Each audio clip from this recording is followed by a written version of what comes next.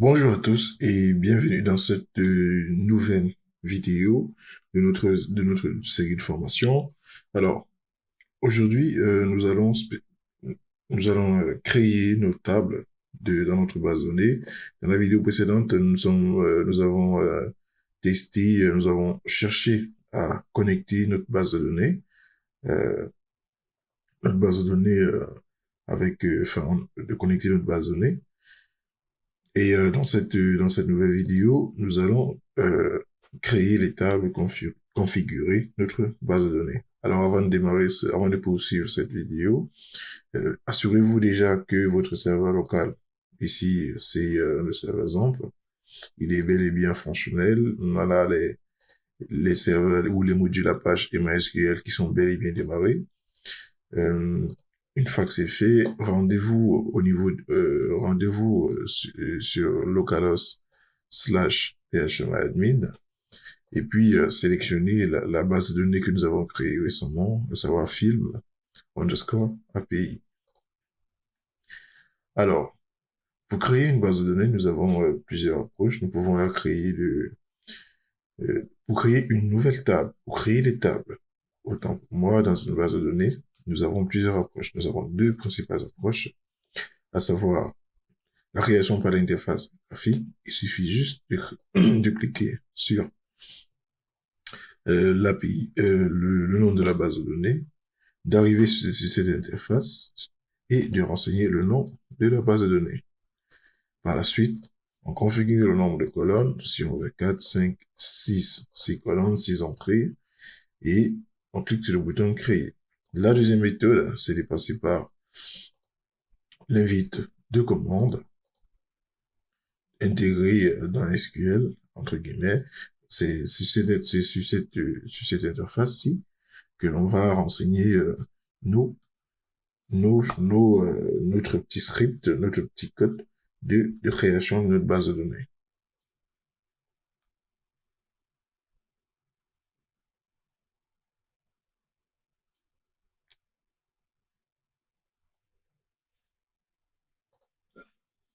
Alors, alors, pour créer notre table, en passant par les commandes SQL, il suffit de rentrer la commande create table. Nous allons créer notre table. On va l'appeler cinéma. Voilà, cinéma. À l'intérieur, on va renseigner, on va ouvrir des parenthèses. Comme ça, voilà. Point virgule à la fin, toujours. Et à l'intérieur, nous allons spécifier les différents champs, les différentes colonnes que l'on veut créer dans notre table. Alors, qu'est-ce qu'on doit faire là? On commence par l'ID, par l'identifiant, vu que chaque nom changeant la table, mettons film, par exemple. Mettons film. Voilà. Voilà. OK. Là maintenant, à ce niveau, ce qu'il y a lieu de faire, c'est, vu que chaque film aura une identifiant, ce qu'on appelle un ID, et chaque ID doit être unique, c'est à partir de l'ID que c'est l'ID qui rend chaque entrée unique. Nous allons commencer notre première colonne de notre table film avec l'ID qui sera un int, un entier, non nul, not nul, non nul, bien sûr, et, et nous allons définir, et nous allons dire à la base de données, nous allons dire à SQL que voilà cette colonne de notre table film, elle doit s'auto-incrémenter à chaque fois. Donc, à chaque fois que l'on va insérer de nouveaux films ou de nouvelles informations d'un film dans notre base de données, il faudrait que cette colonne-là, elle s'auto-incrémente tout seul. D'accord? Il faudrait que on n'ait pas à chaque fois à venir écrire son identifiant. Il faudrait que elle commence à 1 et elle s'auto-incrémente 2, 3, 4 à chaque fois que l'on sert les données dans la base de données. D'où la fonction auto-increment. La virgule, la virgule. Alors, la deuxième colonne, ou bien alors le deuxième champ de notre table, c'est le titre. Le titre, voilà, qui est un var, qui est de type varchar, voilà, auquel on dit, on spécifie sa taille maximale qui est de 255 caractères. Et on n'oublie pas de mentionner que cette colonne, elle ne doit pas être nulle. Donc, not null. Ok, c'est fait.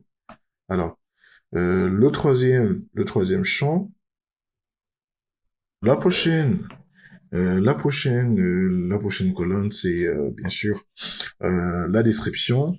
Vous l'avez deviné, la,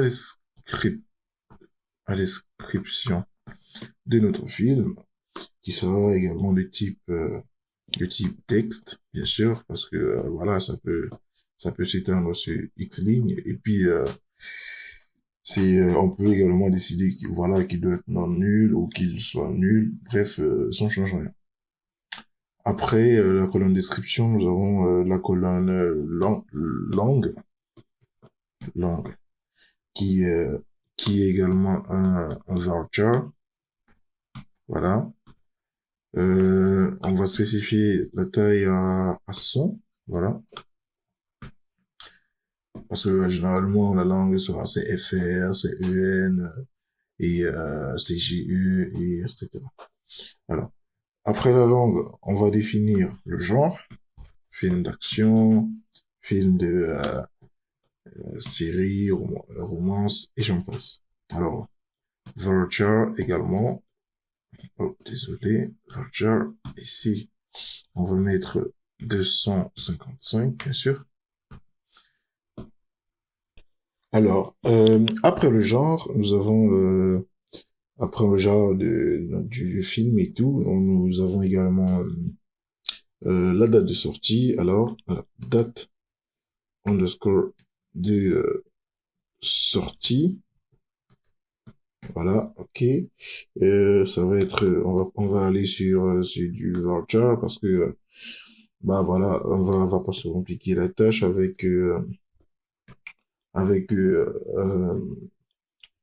pas se compliquer on peut également partir sur la fonction date. Voilà, date. Mais bon, ça, l'idée, c'est juste de pouvoir avoir une flexibilité. Mettre mercredi 20, machin chouette. Je mettais juste l'année 2003, 2022, 2025, bref. Euh, on va partir sur du voucher, comme type. On va spécifier 100 également. OK. Après la date de sortie, nous avons la box-office. En gros, pour ceux qui ne le savent pas, la box-office, c'est en termes de vente, c'est en termes de chiffre d'affaires, c'est en termes de combien d'exemplaires vendus. Bon, là, ça sera du flotte parce qu'on pourra dire, on pourra dire, voilà, le film a été vu ou bien vendu à exemplaires, je sais pas, de 200 millions d'euros, 295,3 euros. Donc, voilà quoi. Donc l'idée c'est de vraiment spécifier ça. Après la box office, nous avons la durée du film. Nous avons la durée du film. On va également aller sur du voucher. Ça peut être 120 minutes. On voulait peut-être écrire 120 minutes, 140 minutes, bref. Voilà. C'est du voucher. On va aller sur 100. Voilà. 100. OK. Et après la durée du film, nous avons enfin, euh, disons le nombre d'étoiles. Nombre d'étoiles, voilà, disons le nombre d'étoiles. Nombre d'étoiles. Le nombre d'étoiles. Là également, ça sera un float parce que ça sera peut-être évalué sur 5, sur 10 avec avec des trucs comme 8 sur 10, 9,5 sur 10, 2,5 sur 10, et j'en passe.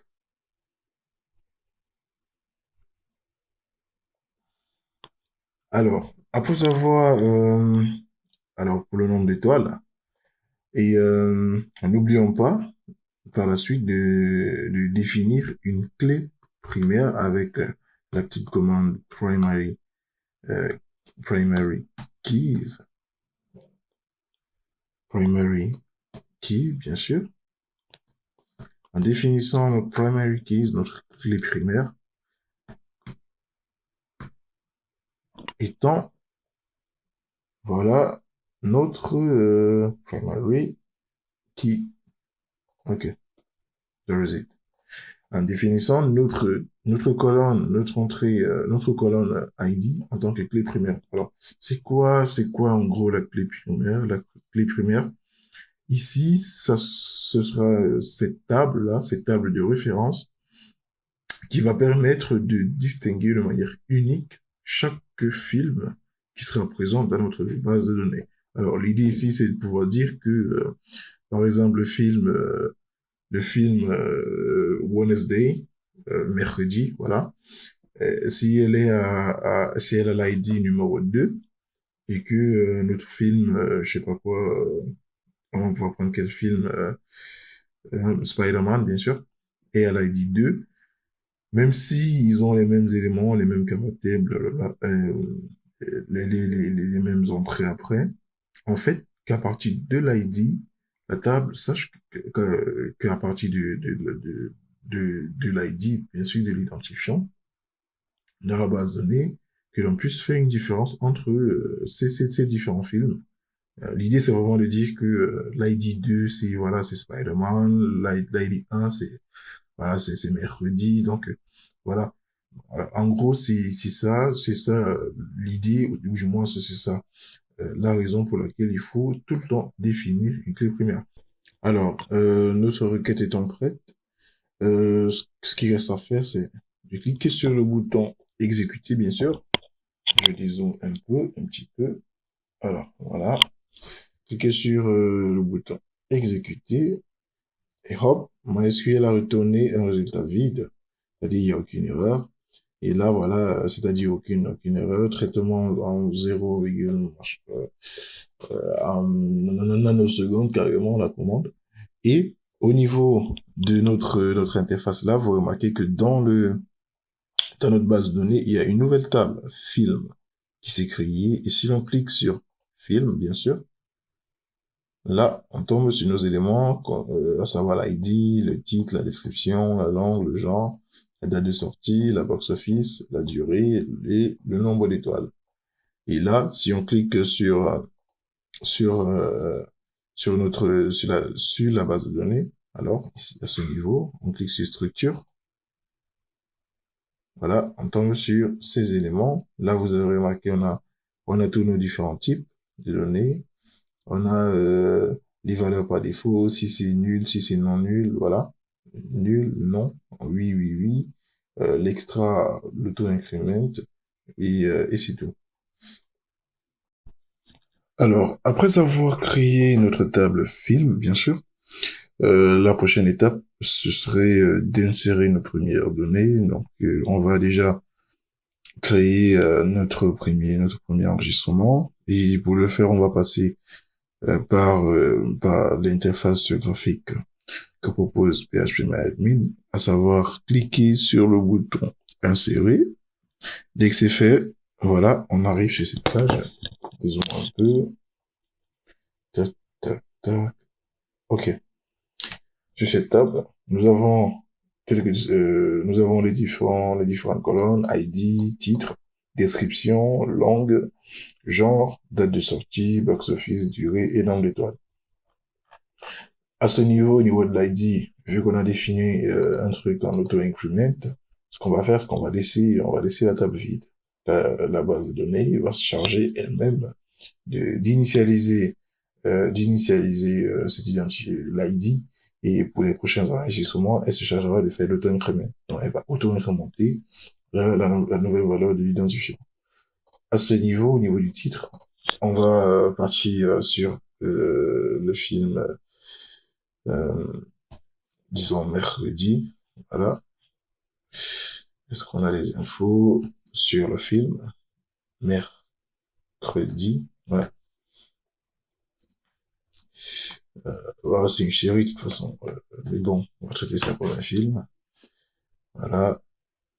Euh, tac, tac, tac. Voilà. Vous voyez à ce niveau, on a le titre. Au niveau de la description, on va copier ceci. Voilà. On va mettre là. Mhm. Au niveau de la description, c'est fait. Au niveau de la langue, bah, on va mettre, enfin, on va partir sur du français. On va mettre FR. Au niveau du genre, c'est comique. Genre comique, voilà. Comique, là. Vraiment, nous avons, enfin, si, un exemple, on a voulu partir sur un film, c'est parce que déjà, un film, c'est assez simple, que de partir sur une série. Sur une série, il faut dire le nombre de saisons, la durée de chaque épisode de chaque saison, donc il y a encore plus d'étapes. Donc pour simplifier, vraiment, j'ai voulu qu'on reste un peu sur du film, sur un film. L'idée, c'est vraiment de comprendre comment est-ce que ça marche une API. La date de sortie, on va dire 2022, voilà, 2K22. La box-office, bon, ça a été vendu, disons, exemplaire de 298, non, 2 millions, 2 millions 980 000 ou 29 millions, ouais, 800 000 euros, ouais. La durée, on va mettre un truc, je sais pas, de 120 minutes. 120 minutes, voilà. Le nombre d'étoiles, une série qui a quand même été vachement appréciée, voilà. Pour le nombre d'étoiles, on va partir sur du 8, 8, 8,5, 8,5, 8,5, pardon, voilà. À la fin, on va exécuter, tape, voilà. Une ligne a été insérée, voilà. L'identifiant de la ligne insérée, c'est l'identifiant 1. En gros, voici la commande SQL qu'on aurait pu rentrer histoire d'insérer notre donnée. Voilà. Insert into films. Ici, la table film. Dans l'ID, le titre, la description, jusqu'au nombre d'étoiles. Les valeurs. Ici, on va dire nul. On ne sait rien. On va mettre mercredi. Voilà. Vous remarquez que l'interface a été interprétée en commande SQL, puis exécutée. Voilà. Alors, pour vérifier ça, on revient au niveau de on clique sur notre table. Et là, hop, on a, je zoome un peu tout ça, voilà, et on a notre donnée. On a l'ID, on a le titre, la description, oh non, ok, la description, la langue, le genre, la date de sortie, la box-office, la durée et le nombre d'étoiles.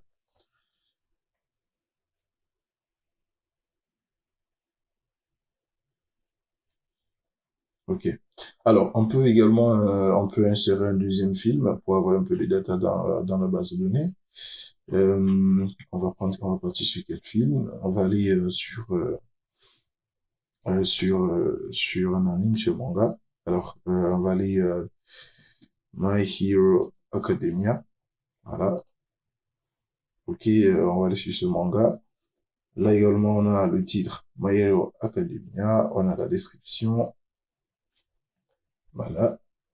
Là aussi, c'est vrai, c'est une série, c'est un anime, mais bon, c'est un film. On va insérer également là, on va insérer le titre My Hero Academia, la description, nous l'avons là, voilà, et on va copier tout ça, description, la langue, c'est sur JFR, le genre, anime, voilà, Date de sortie, c'est un de publication, voilà. On a ici, on a en juillet 2014. Oups, juillet 2014. Je sais pas si ça c'était le scan ou l'anime, mais bon, voilà, juillet 2014. La box-office, on va dire qu'il a été vendu 500 millions, voilà, 1, 2, 3, 4, 5, 6, deux fois. Ouais. La durée, on va aller sur, euh, sur 125 minutes. Et le nombre d'étoiles, on va aller sur du 9. Ah, du 9, bon, du 9,5 sur 10, carrément. Ok, après avoir rempli cela, on va cliquer comme dans le précédent enregistrement sur exécuter et la base de données va insérer, voilà, l'identifiant de la ligne 2, de la ligne insérée est l'identifiant 2. Il nous dit que cette ligne a été bel et bien insérée dans notre base de données. Au niveau de la table film, bien sûr, à ce niveau, vous voyez, voilà, on a l'identifiant 2, nous n'avons pas renseigné l'ID. Alors, la base de données, ce qu'il a fait, c'est qu'il a auto-incrémenté, c'était à 1, il est passé à 2 tout seul, comme rang, voilà. Et à ce niveau, voilà, on n'a pas eu à faire grand-chose. Et hop, voilà. Donc, je, je réduis tout ça. Voilà, non, c'est bon. On a notre description, la langue, le genre, date de sortie. Là, on a juste l'année, on a une date, voilà. On a la box-office. La durée, la durée de la série, en fait, c'est du film. Et le nombre d'étoiles. Alors, euh, dans cette vidéo, voilà, nous avons créé notre table, nous avons créé notre table. La connexion avec la base de données, elle, c'est OK. Nous avons créé une table fil, nous avons enseigné les premiers, nous avons chargé quelques données, voilà, de films à l'intérieur de notre table fil, présent dans notre base de données. Alors, j'espère que vous avez apprécié cette, cette vidéo et que bah, voilà, vous avez appris quelque chose de nouveau, bien sûr, sur la chaîne. Ce que nous faisons, c'est nous allons apprendre étape par étape. Vous remarquez, je fais pas super vite. Je vais carrément, je vais vraiment doucement, étape par étape. L'idée, c'est vraiment que tout le monde puisse comprendre, ceux qui sont en reconversion, ceux qui débutent. Bref, l'idée, c'est vraiment que tout le monde puisse puisse suivre pas à pas et évoluer également son rythme.